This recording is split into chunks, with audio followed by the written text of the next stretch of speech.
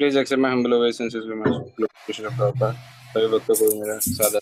हरे कृष्ण हरे। तो आज का टॉक देने थोड़ा परिवर्तन है, हमारे बीच श्रीमान पार्थ सारथी प्रभु उपस्थित है। इस कारणवश कृष्ण भक्त प्रभु परसों देंगे टॉक। और जैसे गुरु हरे स्वयं बताए ही, आज का श्रीमद् भागवतम क्लास श्री श्री राधा माधव मंदिर इस्कॉन रोहिणी में गुरु माँ जी के द्वारा दिया जाएगा। हम कह सकते हैं उस मंदिर की प्रथम भागवतम क्लास, नया मंदिर बनने के बाद, डीटी इंस्टॉलेशन के बाद। ऑफ कोर्स ये नहीं है कि इस्कॉन रोहिणी में कल से ही प्रचार प्रारंभ हुआ, वर्षों से है, लेकिन नए मंदिर में नव मंदिर निर्माण पूरा होकर कल इनॉग्रेशन हुआ और डीटीज का, भगवान के विग्रहों का दिव्य प्राण प्रतिष्ठा समारोह भी कल हुआ। तो गुरु महाराज जी का आज पहला क्लास है उस मंदिर में। तो हम सभी ये लाइव देख सकते हैं गुरु महाराज जी के ऑफिशियल यूट्यूब चैनल लोकनाथ स्वामी ऑफिशियल पर। और जो भक्त यहाँ हमें सुन रहे हैं और वे दिल्ली में है या दिल्ली के नज़दीक है, आसपास है, तो वे अवश्य जाए। अपने आप में ये एक अलग एक्सपीरियंस होता है, नया मंदिर, नए विग्रह, सब कुछ नया नया। तो अगर पॉसिबल है तो ज़रूर जाके पर्सनली अटेंड कीजिए, लेकिन यदि संभव नहीं है तो इसे लाइव ज़रूर सुनिए गुरु महाराज जी के ऑफिशियल यूट्यूब चैनल पे। तो अब आज के टॉक का समय हो चुका है। हम अनुरोध करना चाहेंगे श्रीमान पार्थ सारथी प्रभु से कि आज का टॉक प्रारंभ करें। और जैसे एक्सपेक्टेड है ही, कल ही रामनवमी हुई है, 3 दिन से राम कथा चली रही थी, तो आज रामायण में से ही कुछ न कुछ दिव्य शिक्षा या संदेश प्रभु जी हम सभी के साथ शेयर करेंगे। प्रभु जी इस्कॉन जलगांव, पूरे जलगांव क्षेत्र के इंचार्ज है और गुरु महाराज जी के डिसाइबल ब्रह्मचारी भक्त भी है। स्वयं राधेश्याम प्रभु के मार्गदर्शन में प्रभु जी अपना ब्रह्मचारी ट्रेनिंग और स्पिरिचुअल ट्रेनिंग पूर्ण की है इस्कॉन पुणे में। तो सभी से अनुरोध है, नाम जप को विराम दे दीजिए और आज की टॉक के लिए तैयार हो जाइए। हम पार्थ साथी प्रभु से अनुरोध करेंगे आज का टॉक प्रारंभ करें। प्रभु जी, हरे कृष्ण। हरे कृष्णा। हरे कृष्णा। तो महाराज जी के आशीर्वाद से ही हम लोग कुछ बोल पाएंगे, क्योंकि महाराज जी ने हमें नाम दिया है, राम दिए हैं। तो आज चर्चा करेंगे हम लोग। आज का विषय है कि रामायण से, भगवान राम जी की लीला से कुछ शिक्षाएं, लगभग 25 शिक्षाएं हैं। तो आधे घंटे में या जितने समय में हम लोग पूरा कर सके उतना करेंगे। 25 शिक्षाएं राम भगवान के जीवन से हम लोग चर्चा करेंगे। तो प्रार्थना से शुरुआत करते हैं। ओम अज्ञानतिमिरन्धस्य ज्ञानाञ्जनशलाकया चक्षुरोन्मिलितं येन तस्मै श्रीगुरवे नमः। श्रीचैतन्यमनोभीष्टं स्थापितं येन भूतले स्वयं रूप कदा मह्यं ददाति स्वपदान्तिकं। नमः ओं विष्णुपदाय कृष्णप्रेष्ठाय भूतले श्रीमते भक्तिवेदान्त स्वामिनिति नामिने। नमस्ते सारस्वती देवे गौरवाणी प्रचारिणे निर्विशेषा शून्यवादी पाश्चात्यदेशतारिणे। वाञ्छाकल्पतरुभ्यश्च कृपा सिन्धुभ्य एव च पतितानां पावनेभ्यो वैष्णवेभ्यो नमो नमः। जय श्री कृष्ण चैतन्य प्रभु नित्यानंद, श्री अद्वैत गाधर श्रीवासादि गौरभक्तवृंद। हरे कृष्णा कृष्णा कृष्णा हरे हरे, हरे राम राम राम हरे हरे। हरे कृष्णा। जय श्री राम। तो प्रकट हुए हैं आज ये पहली सुबह, और आज भी रोहिणी के मंदिर में पहली बार प्रथम भागवतम क्लास होगा। आज प्रथम दर्शन होने वाले हैं। तो ऐसे गुरु की कृपा से कृष्ण हैं और कृष्ण की कृपा से हमें गुरु मिलते हैं। तो हम चर्चा करेंगे। चर्चा करने के पूर्व भगवान रामचंद्र जी से प्रार्थना करेंगे, वंदना करेंगे, उनके आशीर्वाद चाहेंगे। क्या प्रकट हुए हैं? अभी हम हृदय में प्रकट हुए नाम के द्वारा, ताकि हम लोग नाम ले सके। तो इसीलिए भगवान रामचंद्र से प्रार्थना करते हैं। सभी साथ में दोहरा सकते हैं। श्लोक आपके समक्ष है। श्री रामचंद्र चरणों मनसा स्मरामि, श्री रामचंद्र चरणों वचसा गृणामि, श्री रामचंद्र चरणों शिरसा नमामि, श्री रामचंद्र चरणों शरणं प्रपद्ये। यहाँ पर कहा जा रहा है कि भगवान रामचंद्र जी को मेरे मन के द्वारा मैं स्मरण करता हूँ, मन में हमेशा स्मरण करता हूँ। और फिर मन के द्वारा अगर स्मरण किया तो फिर वचसा गृणामि, वचन से, मेरी वाणी से उनका गुणगान करूंगा, गुणगान करता हूँ। और फिर मन भगवान को शरण गया है, वाणी भी शरण गई है, तो फिर शिरसा नमामि, और मैं भगवान के सामने नतमस्तक नमन करता हूँ भगवान को। और ऐसे भगवान को मेरे काया, वाचा और मनसा के द्वारा मैं पूर्ण शरणागत होता हूँ। श्री रामचंद्र चरणों शरणं प्रपद्ये। और राम रक्षा स्तोत्र में भी कहा गया है, लोकाभिरामं रणरंगधीरं राजीवनेत्रं रघुवंशनाथं कारुण्यरूपं करुणाकरं तं श्रीरामचंद्रं शरणं प्रपद्ये। जो भगवान रामचंद्र आकर्षक, सभी लोगों को आकर्षक करते हैं, अपने रणरंग धीर धीर होते हैं।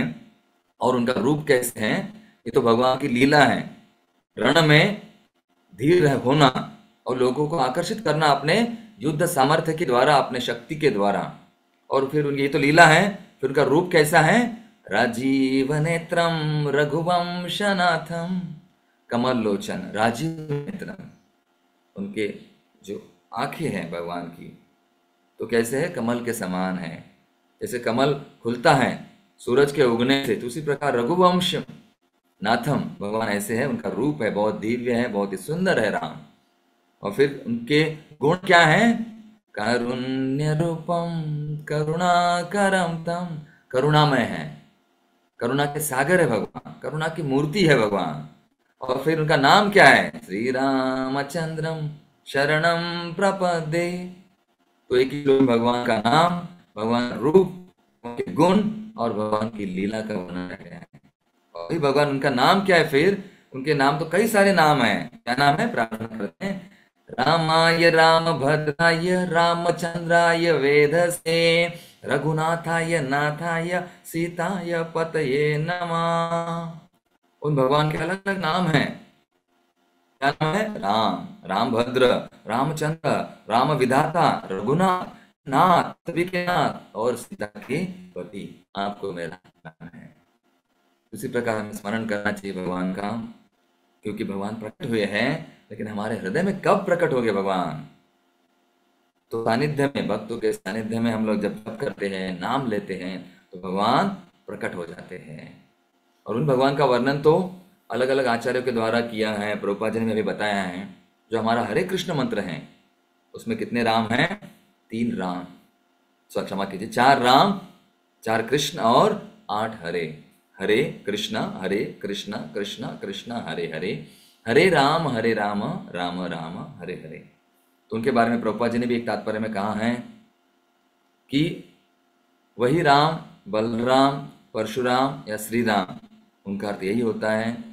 दश विध स्तोत्र में जयदेव गोस्वामी जी, उन्होंने भी उनके बारे में वर्णन किया है। केशव धृत भृगपति रूप जय जगदीश हरे, केशव धृत रघुपति वेश जय जगदीश हरे, केशव धृत हरधरु रूप जय जगदीश हरे, उनका वर्णन किया गया है। और ये भगवान राम, बलराम, नित्यानंद राम, परशुराम इस रूप में आते हैं और हमें कृपा करते हैं हमारे ऊपर। जो अपना वचन है भगवान निभाते हैं।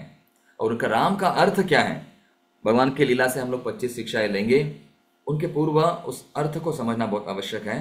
तो राम का अर्थ क्या है, चैतन्य चरितामृत में यहाँ पर समझाया गया है। राम, प्रभुपाद जी भी कहते हैं राम मतलब क्या, हरे कृष्ण मंत्र में हरे मतलब है राधा रानी, कृष्ण मतलब है सर्व आकर्षक कृष्ण, और राम मतलब हे आनंद के स्रोत, आप हमें अपनी सेवा में लीजिए। ये प्रार्थना है, ये संबोधन है, भगवान से विनती है, भगवान के लिए पुकार है।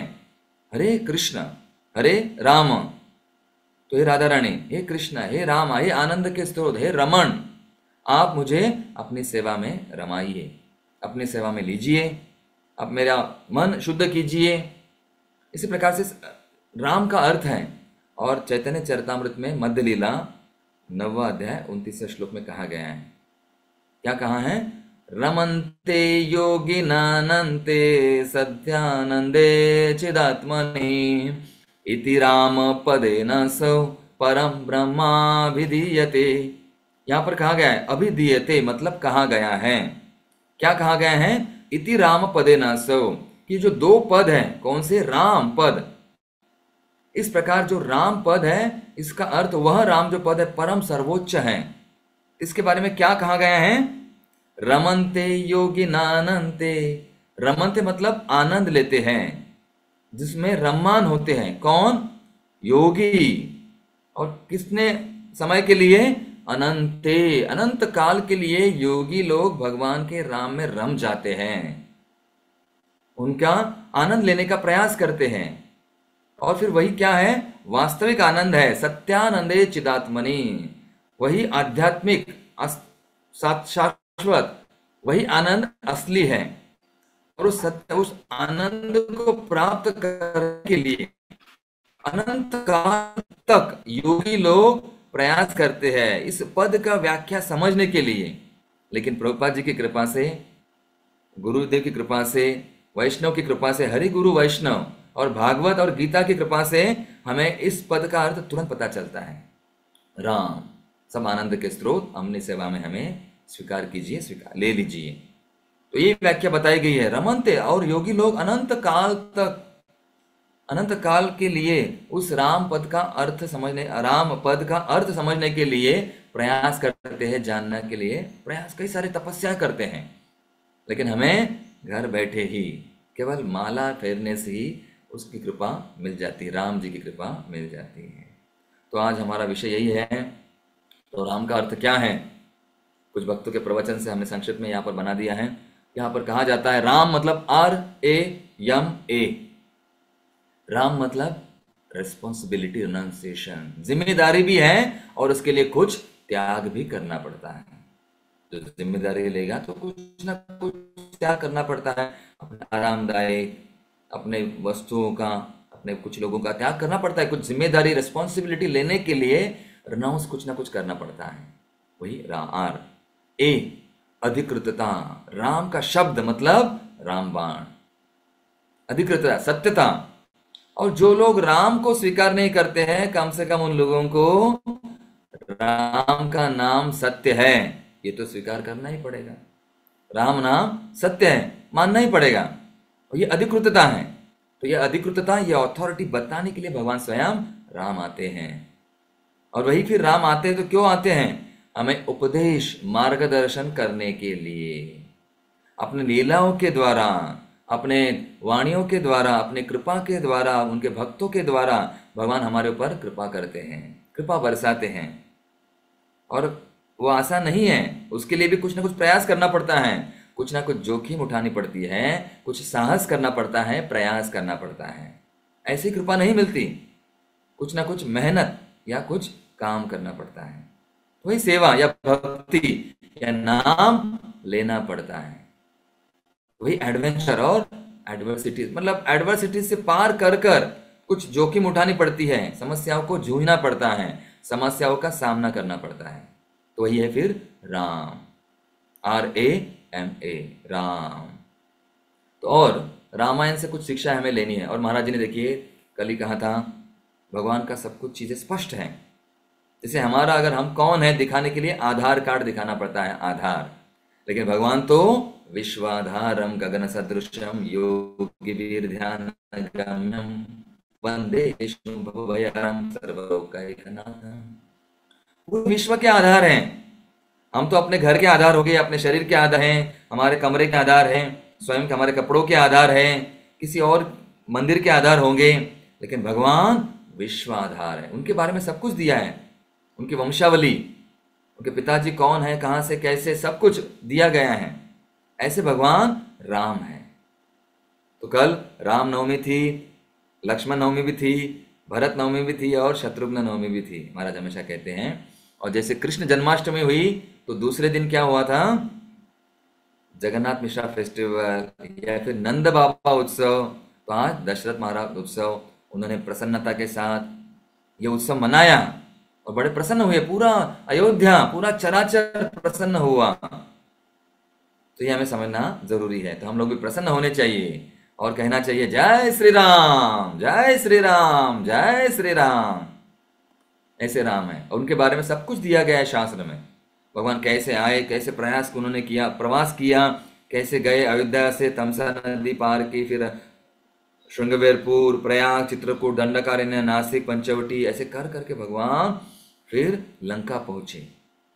उसी प्रकार सब कुछ शास्त्र में दिया गया है। हमारे आचार्यों ने, साधुओं ने, संतों ने सब कुछ बताया हुआ है हमारे समक्ष सब कुछ, लेकिन हमारा विश्वास नहीं होता। अगर विश्वास नहीं करेंगे हम लोग तो फिर राम नाम सत्य है। देखिए अभी आज का विषय हमारा था, तो हमें लेना है 25 मिनट में 25 शिक्षाएं। हम संक्षिप्त जानने का प्रयास करेंगे क्योंकि राम आनंद है। दशरथ, एक हमारे सन्यासी, वरिष्ठ सन्यासी कहते हैं, दशरथ 10 दिशाओं में जिनका रथ जाता था, 10 दिशाओं में आनंद ही आनंद है। ऐसे दशरथ, और जहां कुशलता है, 10 दिशा में रथ जाने से आनंद ही है, और वहां पर कुशलता है, कौशल्या, तो वहीं पर आनंद राम प्रकट होते हैं। अयोध्या ऐसी नगरी है जिसको कोई योद्धा जीत नहीं सका। तो इसमें जहां पर 10 दिशाओं में आनंद है, कुशलता है, वही राम प्रकट होने ही वाले हैं। तो ऐसे रामायण से, भगवान की लीला से हमें क्या सीखना है, क्या समझना है, ये थोड़ा सा हम संक्षेप में जानने का प्रयास करेंगे। केवल मुख्य जो मुद्दे हैं जानने का प्रयास करेंगे। हो सके तो फिर कभी चर्चा डिटेल्स बाद में कर सकते हैं, आप समझ सकते हैं, उनके ऊपर ध्यान करना, स्मरण करना। ये रामायण से 25 शिक्षाएं हैं जो वरिष्ठ भक्तों के द्वारा बताई गई है, सन्यासियों के द्वारा उनके प्रवचन से उद्धृत। तो आपके समक्ष हम लोग प्रकट करेंगे। जय श्री राम। पहले यहाँ पर आता है बुरी संगत का प्रभाव या शक्ति। तो शुरुआत में हमें समझना चाहिए, जैसे हम नाम जप करते हैं, कृष्ण भावना में लगते हैं, तो हम लोग चाहते हैं कि अनर्थों से दूर होना है। अनर्थ निवृत्ति हम उसके लिए प्रयास करते हैं, लेकिन अनर्थ निवृत्ति के साथ साथ हमें अर्थ प्रवृत्ति के लिए भी प्रयास करना है। अगर हम नाम लेंगे, राम को समझेंगे, तो बुरा जो असर है, बुरी शक्ति का प्रभाव हमारे ऊपर नहीं होगा। जो भी बुरी चीजें हैं उससे दूर होने के लिए हमें कुछ ना कुछ प्रयास करना ही पड़ता है। जैसे सुबह सुबह हम लोग हर दिन जप क्यों करते हैं? वो शक्ति प्राप्त करने के लिए, वो कृपा प्राप्त करने के लिए। उसके द्वारा क्या होगा, हम दिन भर भगवान का चिंतन और स्मरण कर सकते हैं। तो हमें अपने आप पर एक आवरण, उस कृपा के द्वारा एक आवरण बनाना होता है। इसलिए उस संगति की शक्ति एवं उसका प्रभाव जानना आवश्यक है। तो कई बार प्रभुपाद जी भी अपने शिष्यों को कहते हैं कि क्योंकि कई सारे भक्त लोग तो अच्छी तरह से करते थे लेकिन माया को समझ नहीं सकते थे। तो प्रभुपाद जी ने कहा, my disciples they are not taking maya seriously. तो कृष्णा को सीरियस लेते हैं हम लोग, लेकिन माया को भी सीरियस लेना चाहिए, गंभीर लेना चाहिए। तो कैसे? क्योंकि वो भगवान राम को अगर हम लोग गंभीरता से समझेंगे तो, क्योंकि राम का बहुत ही गहन, गुह्य और गंभीर अर्थ है। अगर वो हम समझते हैं, लेकिन साथ ही साथ माया को भी समझना पड़ेगा कि माया क्या है। कृष्णा भगवान के समान शक्ति, भगवान की ही शक्ति है, तो उनसे भी हमें दूर रहने का प्रयास करना चाहिए। उसकी शक्ति का एवं उसका प्रभाव जानना है। कैसे?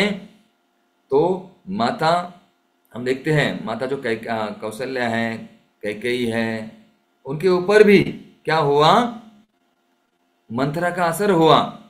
तो बुरी संगति का प्रभाव हमारे ऊपर हो सकता है, इसलिए हमें साधु सावधान। कैसे? नित्यम भागवत सेवया, हर दिन नाम जप करना चाहिए, तब हम लोग सावधान होना जरूरी है। तो उस रामायण से सीख सकते हैं। अगर मंथरा ने क्या किया, फिर कैकेयी के कान भर दिए, तो इसलिए हमारे कान भी बुरी चीजों से भरने के अलावा नाम से भरने चाहिए, कृष्ण कथा से भरने चाहिए। जो नहीं सुनेंगे कृष्ण कथा, जो नहीं सुनेंगे भागवत कथा, उनमें जिनके जीवन में आएंगी व्यथा। अगर हम सुनेंगे भागवत कथा, दूर होगी हमारी व्यथा। तो हमें कथा इसलिए हम सुनते हैं, प्रवचन इसलिए सुनते हैं हर दिन, क्योंकि हम बुरी शक्तियों का असर प्रभाव हमारे ऊपर नहीं होना चाहिए। तो एक पे आ गया। दूसरा, सेवा के प्रति लगाव, पद के प्रति नहीं। तो देखिए, बुरी शक्तियों का प्रभाव कब कब होगा? जब हमारा सेवा के प्रति लगाव होगा। तो सेवा के प्रति क्या सिखाया दशरथ महाराज जी? तो राम जी ने क्या किया? भगवान रामचंद्र उन्होंने सेवा के लिए तैयार रहे और दशरथ महाराज जी को कहा कि पिताजी, अगर आपने जो आदेश दिया है, यह आदेश आप किसी सेवक के द्वारा भी भेज देते तो मैं वन जाने के लिए तैयार होता।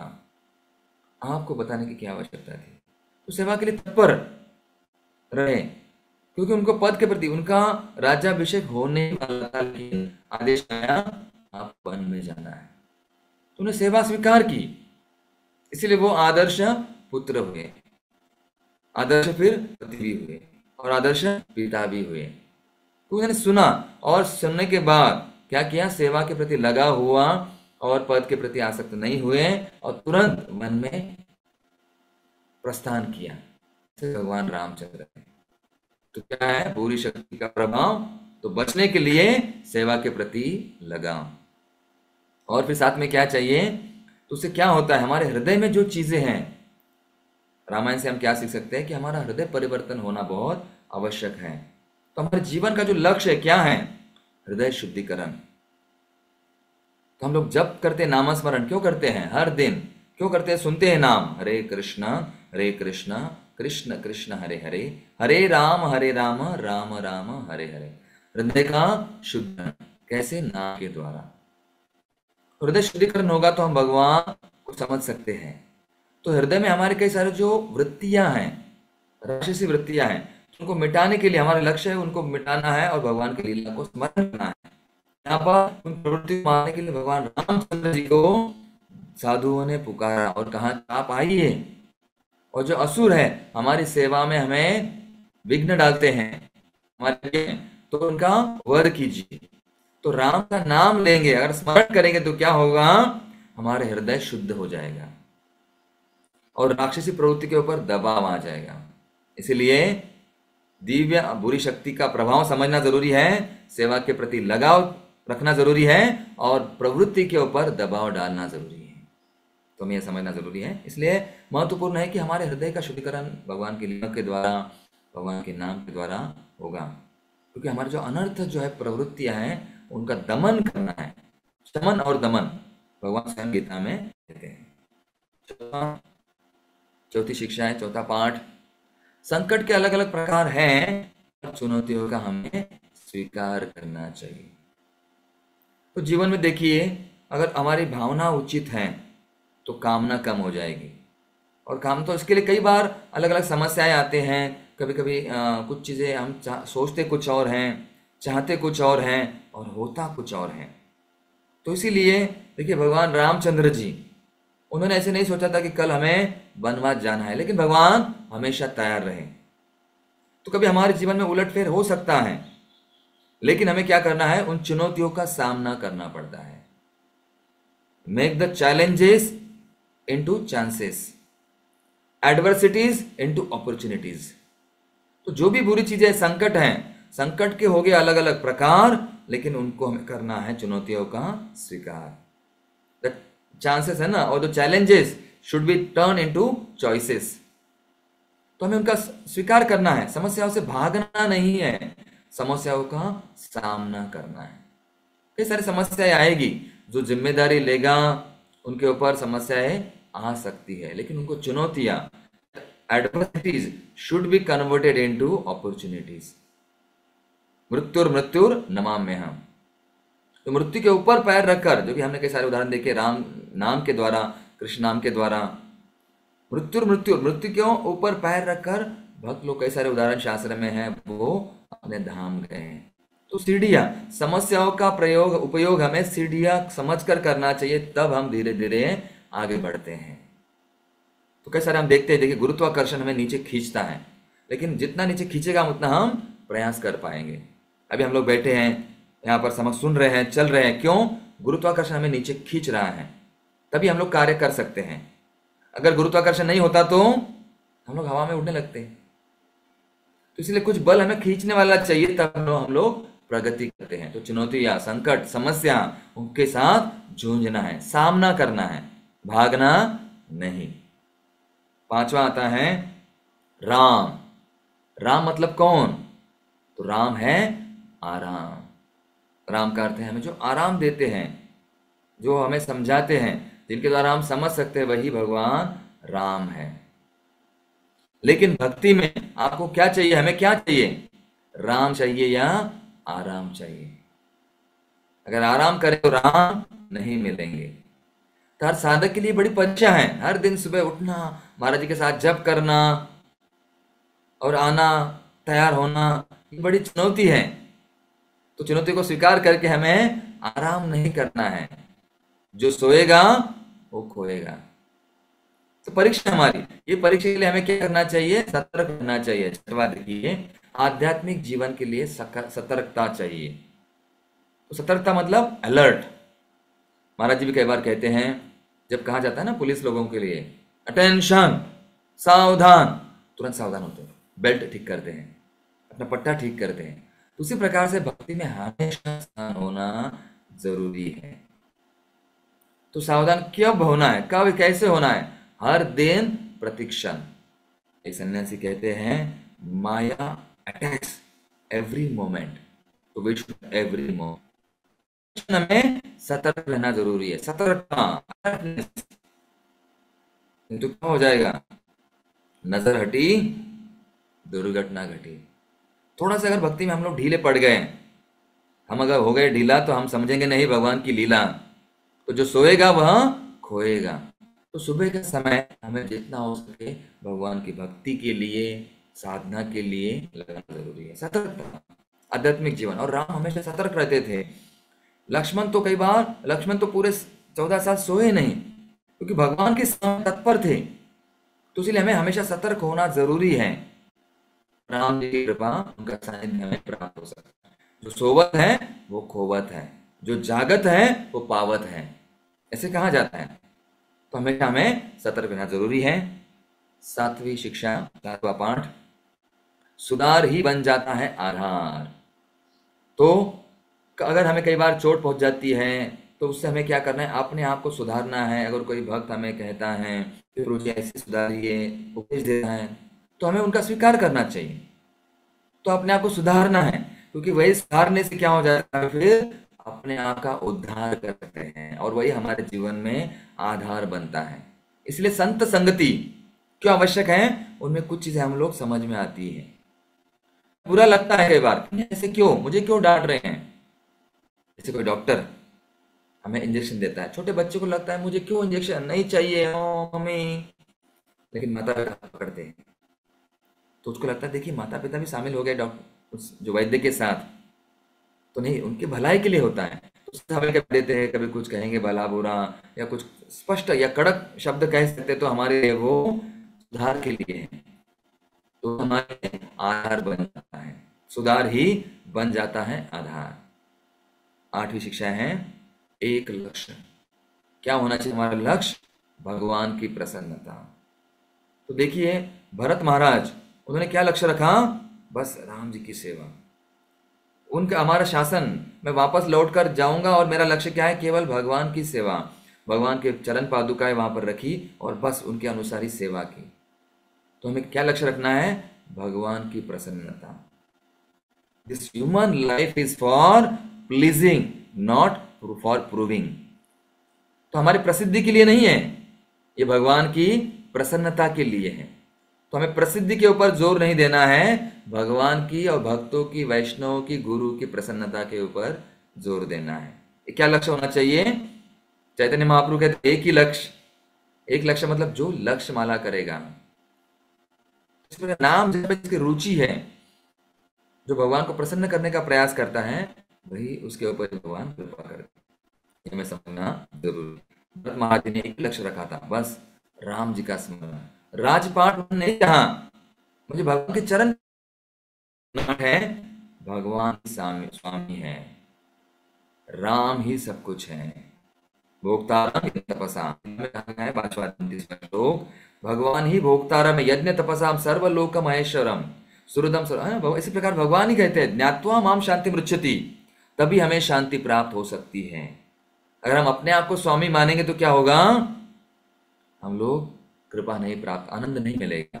भगवान ही स्वामी है, हम है दास। तुम अगर अपने आप को मानेंगे स्वामी तो हम हो जाएंगे उदास। भगवान ही स्वामी, हम दास है तो भगवान को स्वामी मानेंगे, अगर हम दास मानेंगे तो फिर हम प्रसन्न हैं, तो अच्छा लगता है। वही हमें समझना है, भगवान ही स्वामी हैं। तो उसके लिए भगवान देखिए पादुका, जैसे भरत महाराज का उदाहरण हमने देखा कि भरत महाराज ने क्या कहा, पादुकाएं लेकर गए, भगवान की प्रसन्नता के लिए कार्य किया, राज चलाया, और भगवान की चरण पादुका ही उनको ही स्वामी माना। मैं स्वामी नहीं हूं, मैं केवल दास हूं, भगवान आपकी चरण पादुकाएं रखकर मैं ये राज चलाऊंगा। तो इसलिए 10वां पाठ हमें समझना है कि भक्ति छल से नहीं या बल से नहीं प्राप्त की जा सकती। छल या बल का प्रयोग नहीं होगा। भक्ति के लिए हमें हलचल, कुछ ना कुछ कार्य करना पड़ेगा, मेहनत करनी पड़ेगी, प्रयास करना पड़ेगा। दिखावा से नहीं है, हमें दिखाने से भक्ति प्राप्त नहीं होती है, हमें समझना पड़ेगा। जो भी चीजें हैं परीक्षण करना पड़ेगा। देखिए जो शूर्पणखा है, बनावट क्या आई थी, हाँ अगले हाँ 10वां है बनावट बहुत बड़ा संकट, शूर्पणखा। और फिर उसके समक्ष, उसके सानिध्य में आता है छल से नहीं बल से नहीं प्राप्त किया जा सके।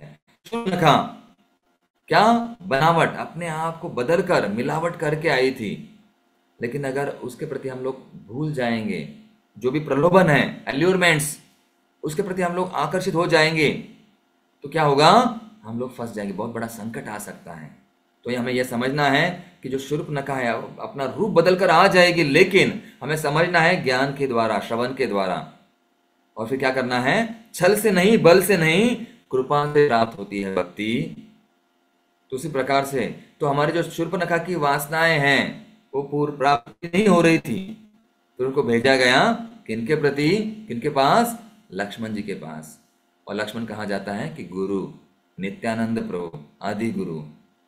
गुरु क्या करते हैं फिर,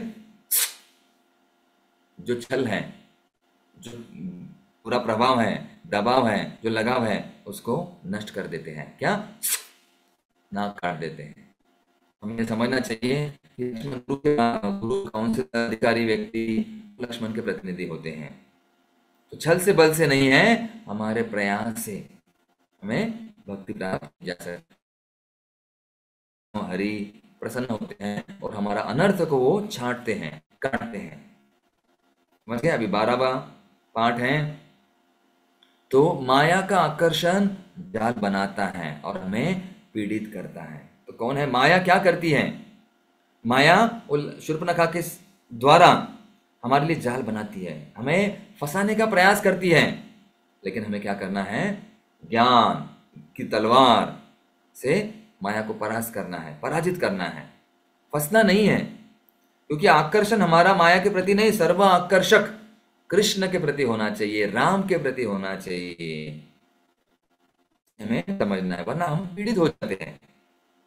अगर हम लोग पेशेंस नहीं रखेंगे तो हम लोग पेशेंट बन जाएंगे, तो माया के जाल में नहीं फंसना है। तो बताती है ना, शिकारी आएगा, जाल ले जाएगा, दाना डालेगा, दाने को तुम खाना नहीं, जाल में तुम फंसना नहीं। लेकिन फिर भी वो फंस जाते हैं, क्योंकि पालन नहीं करते, सुनते हैं, समझते नहीं और पालन नहीं करते हैं, वो पंछी। तो इसलिए हमें केवल सुनना नहीं है, समझना भी है और पालन भी करना है, वरना हम पीड़ित बन जाते हैं। 13वां पाठ है, यहां पर कहा गया है माया हमारी कमजोरियों को जानती है। देखिए माया को सब कुछ पता है और वो जानती है इस व्यक्ति का मन कहाँ पर है, तो हमें फंसाने के लिए प्रयास करती है। तो कई सारे, देखिए सीता माता को फंसाने का प्रयास किया गया, लक्ष्मण जी को फंसाने का प्रयास किया गया, लेकिन क्या हुआ, नहीं, ज्ञान के द्वारा। तो हमें माया को अगर समझेंगे तो हम लोग जाल में नहीं फंसेंगे। मारीच क्या है, माया, छल। छल के द्वारा मारीच ने अपना रूप परिवर्तन किया, लेकिन लक्ष्मण नहीं फंसे उसमें। सीता माता अपनी भावना के द्वारा उन्होंने सिखा दिया हमें कि कैसे हमें प्रलोभन, भौतिक चीजों के प्रति आकर्षित नहीं होना है, नहीं तो हम लोग फंस जाएंगे।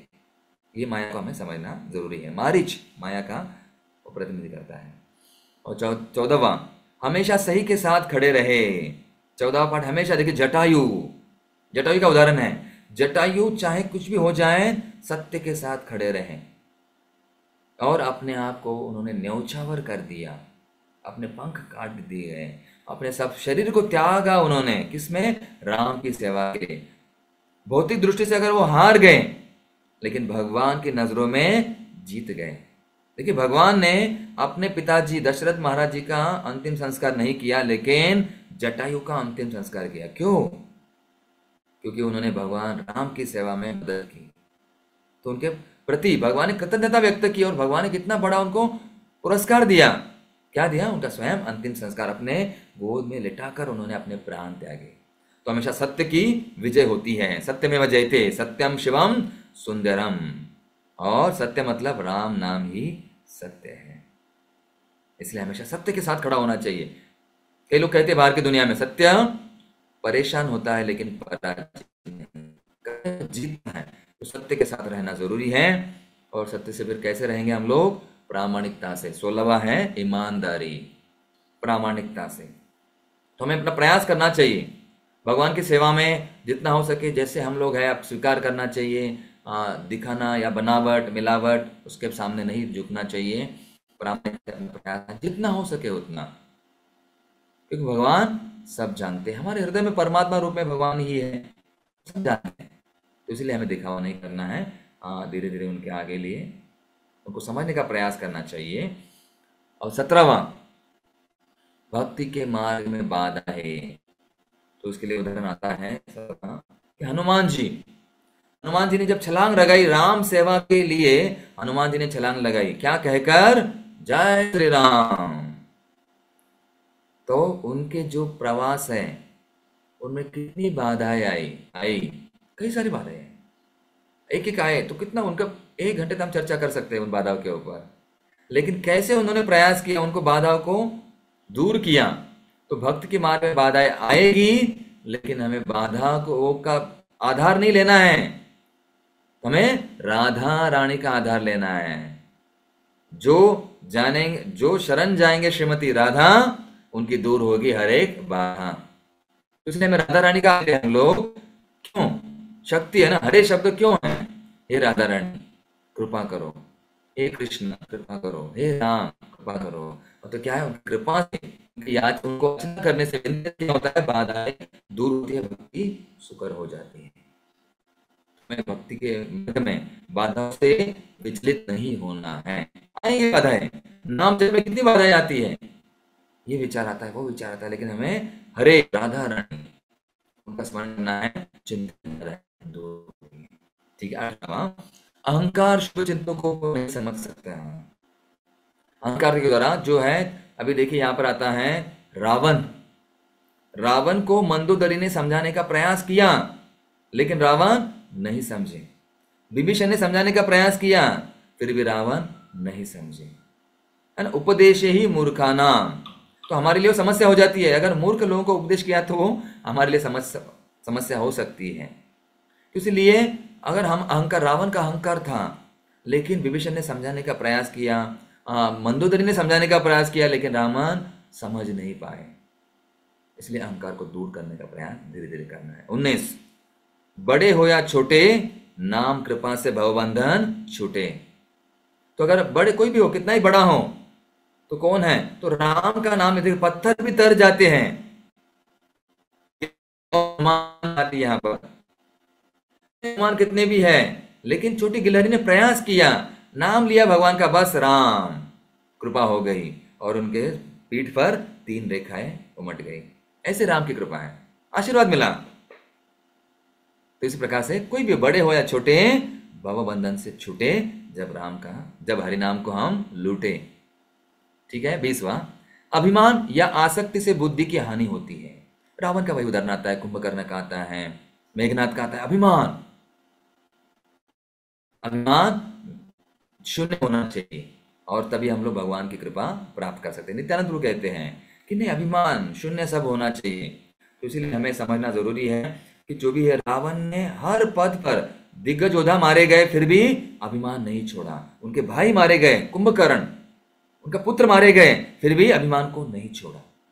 अभिमान को त्यागना जरूरी है, वरना वो बुद्धि की बात नहीं, बुद्धू की बात समझी जाती है। आसक्ति छोड़ना जरूरी है, उसे हानि होती है। जिसने भगवान की नहीं मानी उसकी होती है हानि। भगवान के बारे में सुनना जरूरी है। सुप्त प्रेम पुनरुद्धार, तो इसका उदाहरण आता है विभीषण ने सुना भगवान के बारे में, और क्या होता है, उनके द्वारा उनकी प्रेम जागृत हो गया भगवान के प्रति, राम जी के प्रति।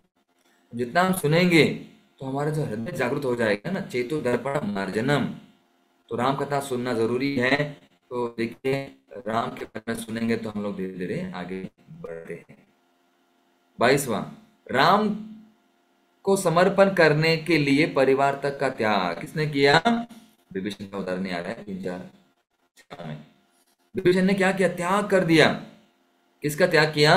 अपने परिवार का, राज्य का, भाई का।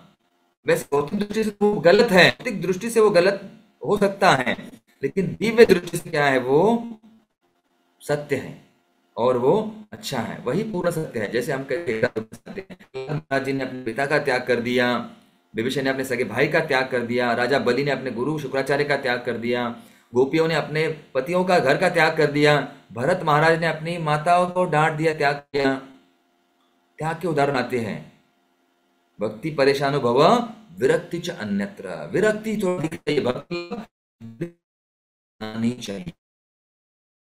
भगवान के आसक्त होते हैं तो विरक्ति दिखाई देती है, ये यहाँ पर समझना जरूरी है। युद्ध में परामर्श और सलाह की आवश्यकता है। जो भी हमारे मन में कुछ विचलित अवस्था हो जाएगी, समस्या आएगी, तो हमें वरिष्ठ भक्तों के साथ अगर हम चर्चा करते हैं, उनका आधार लेते हैं, उनकी सलाह लेते हैं, तो क्या होता है? रामचंद्र जी ने विभीषण की सलाह ली, परामर्श लिया कि रावण का कैसे वध करना है, फिर विभीषण ने मदद की। देखिए, ये भगवान की कृपा है। भगवान ने विभीषण से कहा कि परामर्श लिया, सलाह ली, क्योंकि भ्रम रावण का वध करना था, और फिर आखिरी में रावण का वध गया। यहाँ पर आता 24, भीतर के राक्षसों को मारने के लिए भक्त की कृपा आवश्यक थी। तो हमारे भीतर भी राक्षस है। कौन राक्षस है? कितने राक्षस हैं? 6 तो राक्षस है ही। कौन है? काम, क्रोध, लोभ, मोह, मद और मत्सर। और रावण तो काम का प्रतीक ही है। तो काम को अगर चाहिए तो राम नहीं देंगे, अगर राम चाहिए तो काम को त्यागना पड़ेगा। तो क्या चाहिए? काम या राम? चुनना है। तो इसी प्रकार से भीतर हमारे जो राक्षस है उनका वध करना है। कैसे? नाम के द्वारा, सुनने के द्वारा, श्रवण के,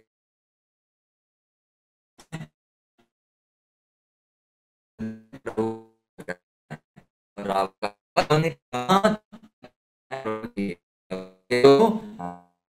जाएंगे, तो जाएंगे, हमारा हृदय प्रज्वलित हो उठेगा, और आनंद, जो राम और आनंद हम लोग प्राप्त करेंगे। कैसे करेंगे? लेकिन वो रावण का वध होने के पश्चात, और भगवान राम ने रावण का वध किया, सीता माता को स्वीकार किया, उनको लेकर फिर अयोध्या वापस पहुंचे। और अयोध्या पहुंचने के बाद फिर दीपावली, खुशहाली खुशहाली, आनंद ही आनंद। एक हमारे सन्यासी कहते हैं, कृष्ण राधे से जिनका संबंध है, हर घड़ी आनंद ही आनंद है।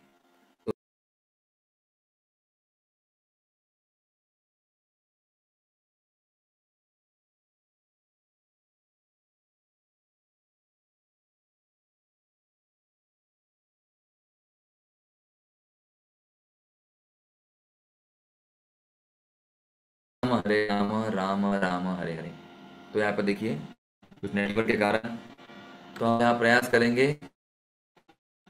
प्रयास किया राम जी के बारे में जानने का, अच्छी शिक्षाएं हमने देखी, उनके ऊपर चिंतन करना जरूरी है, और हर दिन राम का नाम लेना है।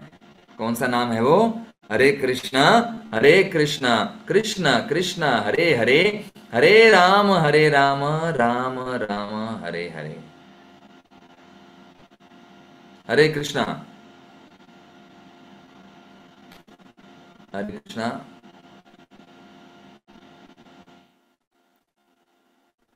प्रारंभ हो गए हैं।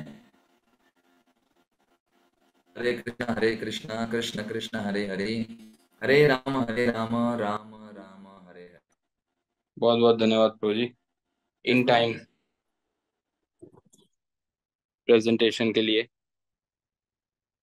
तो प्रभु जी के आज के प्रेजेंटेशन में बहुत सारी इंस्ट्रक्शंस थे और साथ में बहुत सारे पोएटिक इंस्ट्रक्शंस भी थे।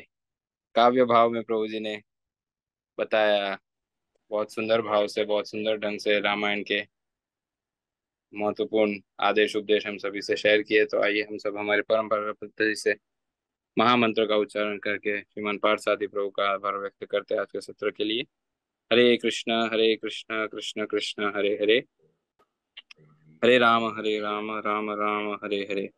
पुनः आप सभी को स्मरण कराना चाहते हैं, लगभग 8 सवा 8 बजे गुरु माँ जी के द्वारा श्री श्री राधा माधव मंदिर इस्कॉन रोहिणी में पहला श्रीमद् भागवतम क्लास दिया जाएगा। तो जिनके लिए संभव है वहां जाके अटेंड कर सकते हैं, लेकिन बाकी भक्तों के लिए ऑनलाइन गुरु माँ जी के ऑफिशियल यूट्यूब चैनल लोकनाथ स्वामी ऑफिशियल पे लाइव होगा, तो इसे जरूर अटेंड कीजिए। श्री हरिनाम प्रभु की जय, हरे कृष्ण महामंत्र की जय, श्रील प्रभुपाद की जय, परम पूज्य श्री लोकनाथ स्वामी गुरु महाराज की जय। वांछा कल्पतरुभ्यश्च कृपा सिंधुभ्य एव च पतितानां पावनेभ्यो वैष्णवेभ्यो नमो नमः। अनंत कोटि वैष्णव